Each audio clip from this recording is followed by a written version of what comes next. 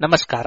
ಇದು ಜಾಣ ಸುದ್ದಿ, ವಿಜ್ಞಾನ, ವಿಚಾರ ಹಾಗೂ ವಿಸ್ಮಯಗಳ ಧ್ವನಿ ಪತ್ರಿಕೆ. ದಿನದಿನವೂ ವಿಜ್ಞಾನ.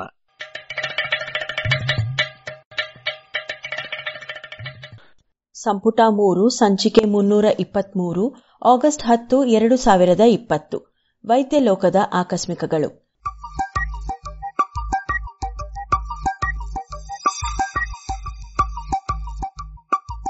ಪ್ರಪಂಚದ ಪ್ರತಿಯೊಬ್ಬರನ್ನೂ ಪ್ರಭಾವಿಸಿದ ಪಾರಂಗತ, ಭಾಗ 2.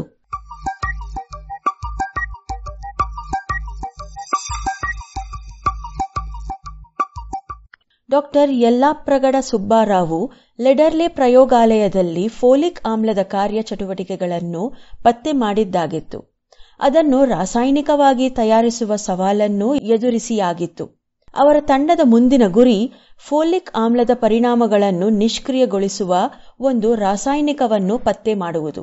ಇದು ರಕ್ತದ ಕ್ಯಾನ್ಸರ್ ರೋಗಿಗಳ ದೇಹದಲ್ಲಿ ಬಿಳಿ ರಕ್ತ ಕಣಗಳು ಹೆಚ್ಚುವುದಕ್ಕೆ ಕಾರಣವಾದ ಫೋಲಿಕ್ ಆಮ್ಲವನ್ನು ನಿಷ್ಕ್ರಿಯಗೊಳಿಸಿ ಕ್ಯಾನ್ಸರ್ ಅನ್ನು ತಡೆಯಬಲ್ಲದು ಎನ್ನುವ ಅವರ ತರ್ಕ. ಹಾರ್ವರ್ಡ್ನಲ್ಲಿ ಅವರ ಸಹೋದ್ಯೋಗಿಯಾಗಿದ್ದ ಮಕ್ಕಳ ವೈದ್ಯ ಡಾಕ್ಟರ್ ಸಿಡ್ನಿ ಫಾರ್ಬರ್ ಅವರ ಸಹಯೋಗದಲ್ಲಿ ಕ್ಯಾನ್ಸರ್ ರೋಗಿಗಳ ಮೇಲೆ ಪ್ರಯೋಗಗಳು ನಡೆದವು. ಇದರ ಶೋಧದ ಮೊದಲ ಕೆಲವು ರಾಸಾಯನಿಕಗಳು ಒಳ್ಳೆಯ ಪರಿಣಾಮ ತೋರಲಿಲ್ಲ. ಆಗ ಆಕಸ್ಮಿಕವಾಗಿ ಹೊಳೆದ ಯೋಚನೆಯೊಂದರಿಂದ ಡಾಕ್ಟರ್ ಸುಬ್ಬಾರಾವು ಈ ನಿಟ್ಟಿನಲ್ಲಿ ವಿಭಿನ್ನವಾಗಿ ಚಿಂತಿಸಿದರು.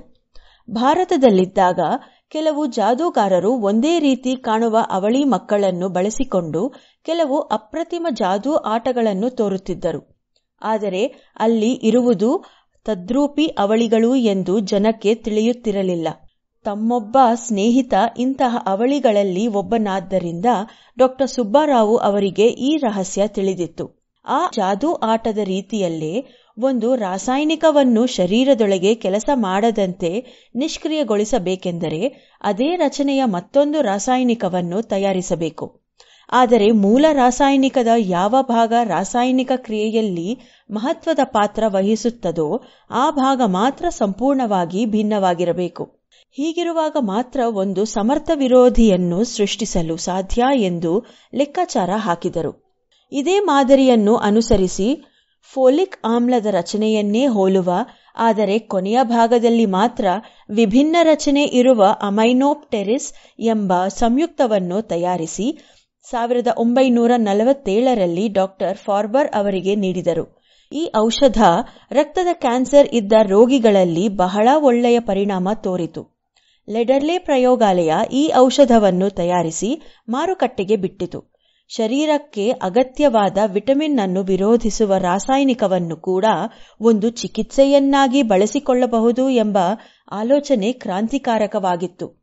ಡಾಕ್ಟರ್ ಸುಬ್ಬಾರಾವು ಅವರ ಜಾಣತನ, ಕಾರ್ಯದಕ್ಷತೆ, ಚಿಂತನೆಗಳ ವಿನೂತನೆಯನ್ನು ಡಾಕ್ಟರ್ ಫಾರ್ಬರ್ ಮುಕ್ತಕಂಠದಿಂದ ಶ್ಲಾಘಿಸಿದರು. ಆದರೆ ಡಾಕ್ಟರ್ ಸುಬ್ಬಾರಾವು ಅವರಿಗೆ ಈ ಸಫಲತೆ ಸಾಕಾಗಲಿಲ್ಲ. ಅಮೈನೋಪ್ಟೆರಿಸ್ ಅನ್ನೇ ಮೂಲವಾಗಿ ಇಟ್ಟುಕೊಂಡು ಅದಕ್ಕಿಂತ ಪ್ರಬಲವಾದ ಆದರೆ ಕಡಿಮೆ ಅಡ್ಡ ಪರಿಣಾಮಗಳು ಉಳ್ಳ ರಾಸಾಯನಿಕವನ್ನು ತಯಾರಿಸುವ ಹೆಜ್ಜೆ ಇಟ್ಟು ಅದರಲ್ಲಿ ಸಫಲರಾದರು. ಆದರೆ ಮೆಥೋಟ್ರೆಕ್ಸೇಟ್ ಎಂಬ ಹೆಸರಿನ ಆ ಔಷಧ ಮಾರುಕಟ್ಟೆಗೆ ಬರುವ ಮುನ್ನ ಅವರು ಶಾಶ್ವತವಾಗಿ ಕಣ್ಣು ಮುಚ್ಚಿಯಾಗಿತ್ತು. ಇಂದಿಗೂ ಕ್ಯಾನ್ಸರ್ ಅಷ್ಟೇ ಅಲ್ಲದೆ ಹಲವಾರು ಇತರ ಕಾಯಿಲೆಗಳಲ್ಲೂ ಮೆಥೋಟ್ರೆಕ್ಸೇಟ್ ಬಳಕೆಯಿದೆ.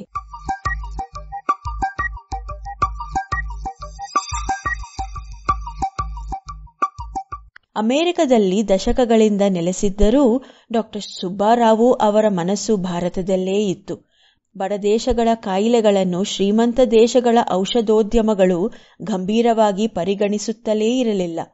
ಹೀಗಾಗಿ ಬಡದೇಶಗಳ ಲಕ್ಷಾಂತರ ಮಂದಿ ತಮ್ಮ ಜೀವಮಾನವಿಡೀ ಕೆಲವು ಕಾಯಿಲೆಗಳಿಂದ ಬಳಲುವಂತಾಗಿತ್ತು. ತಮಗೆ ಇರುವ ಅಲ್ಪ ಅಧಿಕಾರವನ್ನು ಬಳಸಿಕೊಂಡು ಇಂತಹ ಕಾಯಿಲೆಗಳಿಗೆ ಔಷಧ ಪತ್ತೆ ಮಾಡುವ ಕೆಲಸಕ್ಕೆ ಡಾಕ್ಟರ್ ಸುಬ್ಬಾರಾವು ಮೊದಲಾದರು.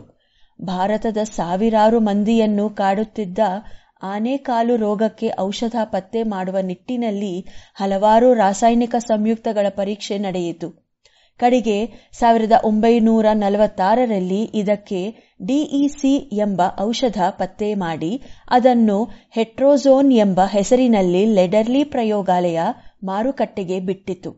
ಇಂದಿಗೂ ಆನೆಕಾಲು ರೋಗದ ಚಿಕಿತ್ಸೆಗೆ ಈ ಔಷಧಕ್ಕೆ ಮೊದಲ ಸ್ಥಾನ. ಈ ಸಂಶೋಧನೆಗಳು ಡಾ ಸುಬ್ಬರಾವು ಅವರ ಹೆಸರನ್ನು ಔಷಧ ವಿಜ್ಞಾನ ಕ್ಷೇತ್ರದಲ್ಲಿ ಶಾಶ್ವತವಾಗಿ ನಿಲ್ಲಿಸಲು ಸಾಕಾಗಿತ್ತು. ಆದರೆ ಇವುಗಳಿಗಿಂತಲೂ ಮಿಗಿಲಾದ ಸಾಧನೆಯೊಂದನ್ನು ಡಾ ಸುಬ್ಬರಾವು ಮಾಡಿದರು. 1940ರ ದಶಕ ಆಂಟಿಬಯೋಟಿಕ್ ಔಷಧಗಳ ಪತ್ತೆಯಲ್ಲಿ ಮಹತ್ವದ ಕಾಲ. ಲೆಡರ್ಲೆ ಪ್ರಯೋಗಾಲಯ ಕೂಡ ಇದರಲ್ಲಿ ಹಿಂದೆ ಬೀಳಲಿಲ್ಲ. ಹೊಸದೊಂದು ಆಂಟಿಬಯೋಟಿಕ್ ತಯಾರಿಯಲ್ಲಿ ಯಾವುದೇ ರೀತಿಯ ಸಹಕಾರ ನೀಡುವಾಗಿ ಸಂಸ್ಥೆ ಡಾ ಸುಬ್ಬರಾವು ಅವರಿಗೆ ಆಶ್ವಾಸನೆ ನೀಡಿತು. ಸಾಂಘಿಕ ಪ್ರಯತ್ನದ ಸಾಫಲ್ಯದಲ್ಲಿ ನಂಬಿಕೆ ಇಟ್ಟಿದ್ದ ಡಾ ಸುಬ್ಬರಾವು ಮೊದಲಿಗೆ ಸಂಪರ್ಕಿಸಿದ್ದು ಆ ಕಾಲದ ಅತ್ಯಂತ ಪ್ರಸಿದ್ಧ ಸಸ್ಯತಜ್ಞ ಡಾ ಬೆಂಜಮಿನ್ ಡುಗ್ಗರ್ ಅವರನ್ನು.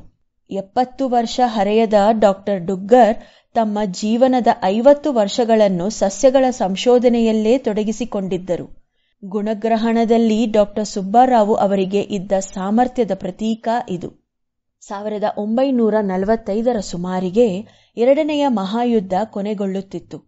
ಪ್ರಪಂಚದ ಹಲವಾರು ದೇಶಗಳಲ್ಲಿ ಹರಡಿ ಹೋಗಿದ್ದ ಅಮೆರಿಕನ್ ಸೈನಿಕರು ಮನೆಗೆ ವಾಪಸ್ ಆಗುತ್ತಿದ್ದರು. ಡಾ ಸುಬ್ಬರಾವು ಅವರಿಗೆ ಆಕಸ್ಮಿಕವಾಗಿ ಒಂದು ಆಲೋಚನೆ ಹೊಳೆಯಿತು. ಕೂಡಲೇ ಲೆಡರ್ಲಿ ಪ್ರಯೋಗಾಲಯದ ಮುಖ್ಯಸ್ಥರನ್ನು ಭೇಟಿಯಾಗಿ ಹೀಗೆ ವಾಪಸ್ಸು ಬರುವ ಸೈನಿಕರು ಆಯಾ ಸ್ಥಳಗಳಿಂದ ಒಂದಷ್ಟು ಮಣ್ಣನ್ನು ಶೇಖರಿಸಿ ತರಬೇಕೆಂದು ಹೇಳಿದರು.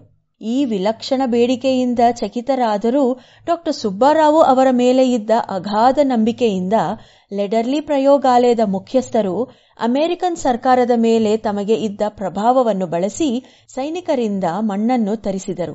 ಅನತಿ ಕಾಲದಲ್ಲೇ ಜಗತ್ತಿನ ಸಾವಿರಾರು ವಿವಿಧ ಸ್ಥಳಗಳಿಂದ ಬಂದಿದ್ದ ಮಣ್ಣಿನ ಮಾದರಿಗಳು ಲೆಡರ್ಲಿ ಪ್ರಯೋಗಾಲಯವನ್ನು ತಲುಪಿದವು. ಡಾ ಸುಬ್ಬರಾವು ಅವರ ಚಾಣಾಕ್ಷ ದೃಷ್ಟಿಯಡಿಯಲ್ಲಿ ಈ ಎಲ್ಲಾ ಮಣ್ಣಿನ ಮಾದರಿಗಳಿಂದ ಹಲವಾರು ಬಗೆಯ ಫಂಗಸ್ಗಳನ್ನು ಪ್ರತ್ಯೇಕಿಸಿ ಬೆಳೆಸಲಾಯಿತು.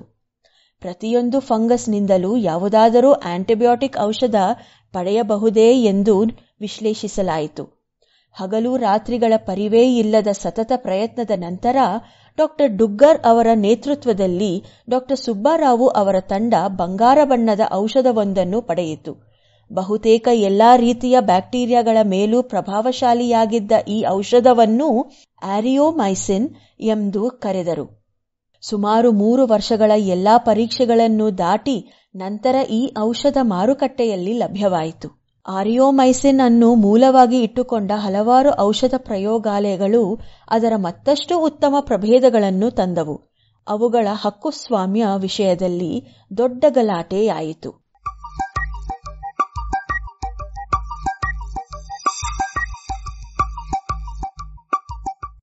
ತಮ್ಮ ಜೀವಿತ ಕಾಲದಲ್ಲಿ ಡಾ ಸುಬ್ಬರಾವು ಸುಮಾರು 100ಕ್ಕೂ ಅಧಿಕ ಮೌಲಿಕ ಸಂಶೋಧನೆಗಳನ್ನು ಮಾಡಿದರು. ಅವುಗಳ ಪ್ರಕಟಣೆಯಲ್ಲಿ ಎಂದೂ ತಮ್ಮ ಹೆಸರನ್ನು ಮೊದಲಾಗಿ ದಾಖಲಿಸಲಿಲ್ಲ.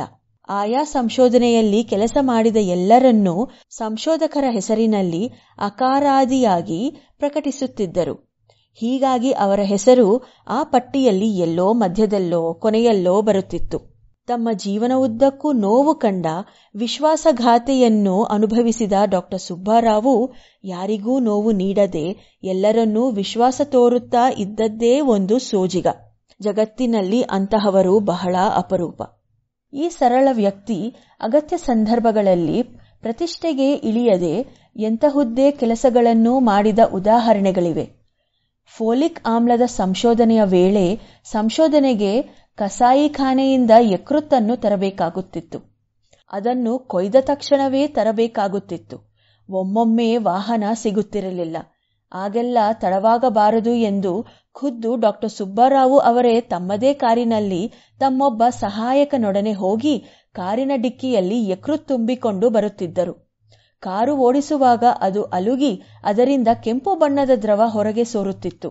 ಒಮ್ಮೆ ಇವರು ಹೀಗೆ ಬರುತ್ತಿದ್ದಾಗ ದಾರಿಯಲ್ಲಿ ಈ ದ್ರವ ಸೋರುವುದನ್ನು ಗಮನಿಸಿದ ಓರ್ವ ಪೊಲೀಸ್ ಅಧಿಕಾರಿ ಅವರ ಕಾರನ್ನು ತಡೆದು ನಿಲ್ಲಿಸಿ ಡಿಕ್ಕಿ ತೆರೆಯುವಂತೆ ಹೇಳಿದರು. ಅಲ್ಲಿದ್ದ ಯಕೃತ್ ಮಾದರಿಗಳನ್ನು ನೋಡಿದ ಮೇಲೆ ಅದರೊಳಗೆ ಏನನ್ನಾದರೂ ಬಚ್ಚಿಟ್ಟಿದ್ದೀರಾ ಎಂದು ಕೇಳಿದರು. ಅದಕ್ಕೆ ಡಾ ಸುಬ್ಬರಾವು ನಸುನಕ್ಕು, ಅದರೊಳಗೆ ಏನೋ ನಿಗೂಢವಾದ ವಸ್ತು ಬಚ್ಚಿಟ್ಟುಕೊಂಡಿದೆ, ಅದೇನೆಂದು ಪತ್ತೆ ಮಾಡಿದ ಕೂಡಲೇ ನಿಮಗೆ ತಿಳಿಸುತ್ತೇನೆ ಎಂದರಂತೆ. ಎಲ್ಲಾ ಪ್ರತಿಭಾವಂತರಂತೆ ಸುಬ್ಬರಾವ್ ಅವರಿಗೂ ಒಂದು ಕೊರೆ ಇತ್ತು. ಅದುವೇ ಧೂಮಪಾನ. ವಿಪರೀತ ಧೂಮಪಾನ ಮಾಡುತ್ತಿದ್ದ ಡಾಕ್ಟರ್ ಸುಬ್ಬರಾಯರು ತಮ್ಮ 53ನೇ ವಯಸ್ಸಿನಲ್ಲಿ 1948ರಲ್ಲಿ ಮೃತರಾದರು. ತಮ್ಮ ಕೆಲಸವನ್ನು ಎಂದೂ ವೈಭವೀಕರಿಸದ ತಮ್ಮ ಸಂಶೋಧನಾ ತಂಡದ ಪ್ರತಿಯೊಬ್ಬರಿಗೂ ಪ್ರಾಮಾಣಿಕ ಸಲಹೆಗಾರನಂತೆ ಇದ್ದ, ಅಧ್ಯಯನದ ಹೊರತಾಗಿ ಬೇರೆ ಯಾವುದೇ ಆಸಕ್ತಿ ಇಲ್ಲದ ತಮ್ಮ ಕೆಲಸದ ಶ್ರೇಯವನ್ನು ತಮ್ಮ ಸಹೋದ್ಯೋಗಿಗಳಿಗೆ ನೀಡುತ್ತಿದ್ದ, ತಾವು ಎಂದೂ ವೇದಿಕೆ ಏರದ, ಪ್ರಾಮುಖ್ಯತೆ ಪಡೆಯುವ ಅವಕಾಶಗಳನ್ನು ಸದಾ ತಮ್ಮ ಇತರ ಸಹೋದ್ಯೋಗಿಗಳಿಗೆ ನೀಡುತ್ತಾ ಬದುಕಿದ ಡಾಕ್ಟರ್ ಸುಬ್ಬರಾವ್ ಅವರ ಬಗ್ಗೆ ಪ್ರಪಂಚಕ್ಕೆ ತಿಳಿಯದೇ ಇದ್ದದ್ದು ಅಚ್ಚರಿಯಲ್ಲ. ಆದರೆ ಅವರ ಸಾಧನೆಗಳ ಫಲವನ್ನು ಪ್ರಪಂಚದ ಪ್ರತಿಯೊಬ್ಬರೂ ಪ್ರತ್ಯಕ್ಷ ಅಥವಾ ಪರೋಕ್ಷವಾಗಿ ಅನುಭವಿಸಿಯೇ ಇರುತ್ತಾರೆ. ಆಕಸ್ಮಿಕಗಳು ರೂಪಿಸಿದ ಫಲಶ್ರುತಿಗಳು ಎಲ್ಲೆಲ್ಲಾ ಪಯಣಿಸಿ ಯಾರ್ಯಾರನ್ನು ಪ್ರಭಾವಿಸುತ್ತವೋ ತಿಳಿದವರಿಲ್ಲ.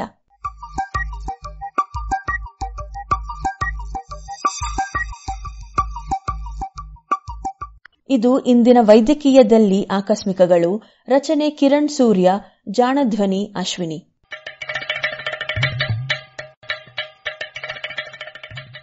ಜಾಣ ಸುದ್ದಿಯ ಬಗ್ಗೆ ಸಲಹೆ ಸಂದೇಹಗಳು ಇದ್ದಲ್ಲಿ ನೇರವಾಗಿ 9886640328 ಈ ನಂಬರಿಗೆ ವಾಟ್ಸಪ್ ಮಾಡಿ, ಇಲ್ಲವೇ ಕರೆ ಮಾಡಿ.